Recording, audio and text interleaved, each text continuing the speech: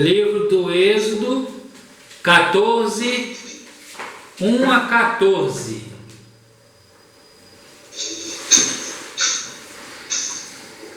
Diz assim o texto bíblico: Disse o Senhor a Moisés: Fala aos filhos de Israel que retrocedam e se acampe fronte a Piairote, entre Migdol e o mar, diante de Baal-Zefon. Em frente dele vos acompanharei junto ao mar.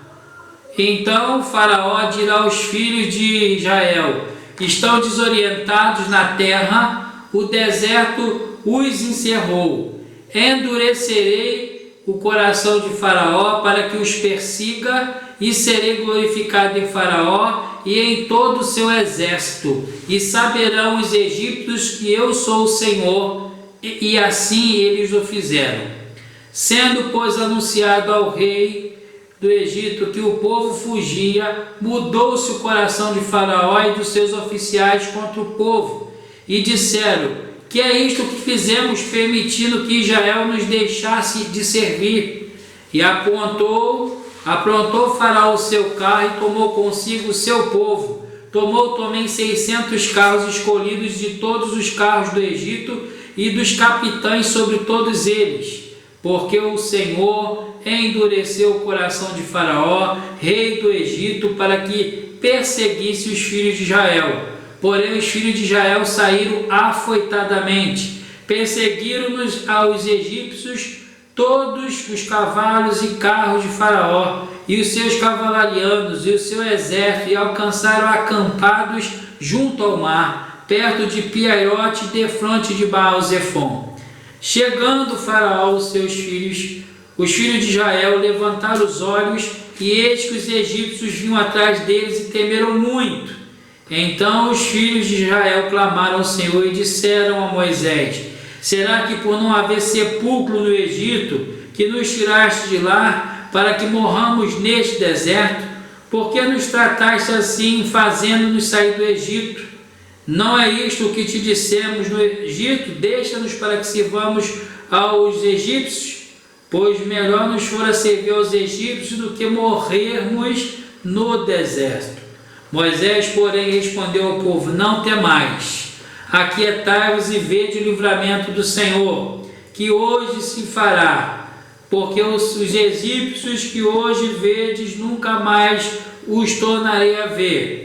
O Senhor pelejará por vós, e vós vos calareis. Amém. Amém. Meus irmãos, esse texto, portanto, revela claramente que o povo de Israel, ele estava sendo conduzido, e muito bem conduzido, por Moisés. Esse texto também revela a mim e a você claramente que o povo de Israel e Moisés estavam no centro da vontade de Deus. É Deus, portanto, que está os conduzindo. É Deus que pede, se você ver no versículo 1, para eles pararem aonde deveriam parar. É Deus, portanto, que endurece o coração de Faraó. É Deus, portanto, que está tramando tudo ali para que o nome dele fosse conhecido e glorificado, para que o povo de Israel fosse liberto definitivamente das mãos do povo dos egípcios, para que o povo do Senhor pudesse então desfrutar de um novo momento, de uma nova caminhada, mas de uma total libertação. Tudo isso para a glória de Deus, o nosso Pai. E aqui nesse texto nós vamos meditar nesta noite brevemente nesse tema: uma vida nas mãos do Senhor, uma vida no centro da vontade do Senhor. O que esse texto nos ensina? Que uma vida nas mãos do Senhor, no centro da vontade do Senhor, pode passar ou pode desfrutar. A primeira verdade que nós podemos perceber nesse texto é que uma vida no centro da vontade de Deus, uma vida nas mãos do Senhor, não está livre de aflições. Observe que quem definiu para que eles parassem ali foi o próprio Deus, era propósito do Senhor. Então o que eles fizeram foi obedecer.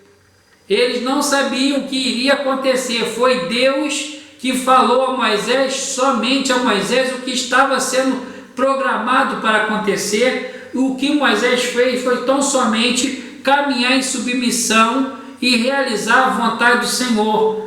Embora eles tenham ficado amedrontados, inconsoláveis, aflitos, o mais importante como resultado desse processo todo é que eles estavam no centro da vontade de Deus. E no centro da vontade de Deus não significa que eu, você, ninguém ficará sem aflições, ficará isento de problemas, ficará isento de tribulações. Paulo escreveu na sua carta aos Coríntios, na segunda carta aos Coríntios, capítulo 4, verso 8 e 9, ele diz: em tudo somos atribulados, porém não angustiados, perplexos, porém não desanimados, perseguidos, mas não desamparados, abatidos, porém não destruídos. E aí nós podemos perceber claramente que uma vida no centro da vontade de Deus, uma vida nas mãos do Senhor, não deixará em nenhum momento de passar por aflições. A Bíblia nos ensina isso em vários momentos na história. Eliseu, ele foi perseguido pelo exército do rei da Síria e ele estava realizando seu ministério de maneira correta, estava obedecendo ao Senhor, mas não deixou de ter aflição. Davi já era rei, ungido do Senhor, o substituto de Saul, mas ele não deixou de ser perseguido por Saul. Jó, um homem temente a Deus, um adorador verdadeiro, ele teve várias perdas, saúde, família, vida financeira, nas amizades, em todo momento Jó sofreu. Paulo tinha um espinho na carne e Jesus também, o próprio Filho de Deus, veio e teve perseguições, traição, morte, sofrimentos. Portanto, uma vida na mão de Deus não está isenta de sofrer ou de passar por aflições. Então, meus irmãos, o que isso tem a ver comigo e com você aqui nesta noite? O tempo em que nós vivamos nesse mundo será certamente marcado por muitos livramentos, por muitas alegrias, mas certamente, enquanto vivemos aqui pós a queda de Adão, nós passaremos por dificuldades, desafios, passaremos por aflições. Uma senhora foi ao médico e ela tinha problema de coluna. E aquela chegou diante do médico e perguntou: Senhor, doutor, o que eu faço para melhorar essa coluna? E ele disse: minha senhora, coluna nova só no céu. Em outras palavras, moral da história, nesse mundo nós vamos ter aflições. E aí nós podemos perceber então que, embora nós estejamos certinho no centro da vontade de Deus, obedecendo ao Senhor, nós vamos passar por lutas, sim, desafios também. Segundo lugar, esse texto nos ensina que uma vida no centro da vontade de Deus leva-nos a ter uma vida de dependência a Deus através da oração. O texto nos mostra que quando o povo de Israel sabe que os egípcios estavam por persegui-los, procurá-los, uns começam ingratamente a murmurar, a reclamar, a questionar Moisés. Mas o texto mostra que outros passaram a clamar ao Senhor, orar ao Senhor. Diante daquela aflição, eles se colocaram prontos a clamar a Deus, colocaram-se de joelhos na presença do Senhor. Eles tinham consciência que Deus, somente Deus, poderia solucionar aquele problema, então eles dependeram do Senhor. Um escritor cristão disse certa vez as seguintes palavras: Deus permite que passemos por aflições para que o busquemos e nos ajoelhemos diante dele em oração. Então nós podemos compreender que nesse texto, aquelas pessoas, ao invés de murmurar como os outros, eles então colocaram-se na dependência de Deus em oração. A Bíblia mostra-nos, que Jacó, antes de enfrentar o seu irmão, ele clamou ao Senhor. Sabia que o seu irmão estava irado contra ele, ele se pôs então a clamar. A gente vê também mais ainda que a palavra de Deus nos mostra que o que fez Jonas orar, Jonas no grande peixe, dentro do grande peixe, aquele homem, portanto, clamou ao Senhor, buscou o Senhor. Então nós podemos perceber que diante da nossa vida, ainda que esteja no centro da vontade de Deus, isso deve nos levar a uma vida de oração. Diante dos questionamentos dos nossos dias, de murmurações, de preocupações que o mundo tanto levanta em nossos dias, cabe a mim e a você, a Igreja de Cristo, continuarmos em atitude de clamor ao Senhor e de dependência dEle, porque Ele sabe de todas as coisas. Nele nós temos refúgio, sermos homens e mulheres de oração, porque Ele nos convoca: clama a mim e responder-te-ei, anunciar-te-ei coisas grandes e ocultas que não sabem.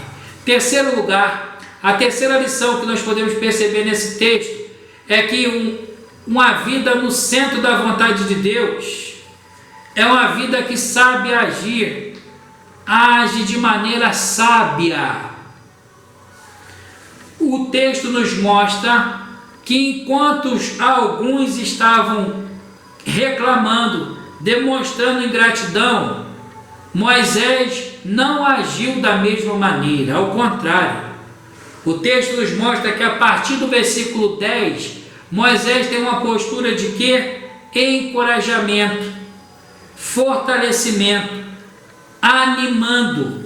Ele, portanto, suportou aquelas murmurações, mas agiu de modo diferente. Ele se colocou não de uma maneira de repreensão, mas ele se colocou como uma pessoa de conforto e consolo, incentivando-os e fazendo com que eles se acalmassem, não temessem, mas que procurassem confiar exclusivamente no Senhor. Ele procurou consolar para que aquelas pessoas pudessem superar o medo e entregar-se na mão do Senhor. E aí nós lembramos, daquele versículo de Provérbios 17:17. Em todo tempo amo o amigo, e na angústia faz-se o irmão. Então nós podemos ver que Moisés foi um homem sábio. No tempo da crise, como ele estava no centro da vontade de Deus, ele agiu de maneira encorajadora, consoladora. Ele foi uma bênção na vida dos que estavam aflitos, nervosos, daqueles que estavam ansiosos e preocupados. Moisés, portanto, foi alguém que procurou transmitir paz e sossego através da promessa do Senhor aos corações que estavam profundamente aflitos. O profeta Isaías diz a palavra de Deus no capítulo 41, é um texto em que o povo de Israel estava no exílio em Babilônia, sofrendo, estava aflito, com medo, inseguro. E no capítulo 41, verso 10, 13, ele diz melhor: porque eu sou o Senhor teu Deus, que te tomo pela mão direita e te digo, não temas, eu te ajudo. Portanto, meus irmãos, uma vida nas mãos do Senhor, uma vida no centro da vontade de Deus, age de maneira sábia, é um instrumento de consolação, de encorajamento àqueles que estão em profunda aflição, dor, sofrimento e tristeza. Em último lugar, concluindo, uma vida no centro da vontade de Deus, crer no livramento do Senhor. O versículo 14 diz: o Senhor pelejará por vós, e vós vos calareis. Vede o grande livramento que o Senhor nos fará. O que Moisés crê? O que Moisés garante, confia? Ele crê que Deus libertaria de maneira completa e definitiva o povo de Israel dos egípcios e do exército egípcio de Faraó. Ele confiava e ele também queria que o povo confiasse nessa promessa de Deus, que Deus agiria em prol do seu povo. Deus daria grande julgamento contra os egípcios.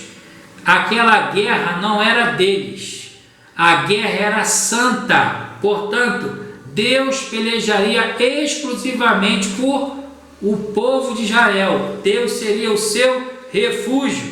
E aí nós vemos então que o povo deveria crer no livramento do Senhor.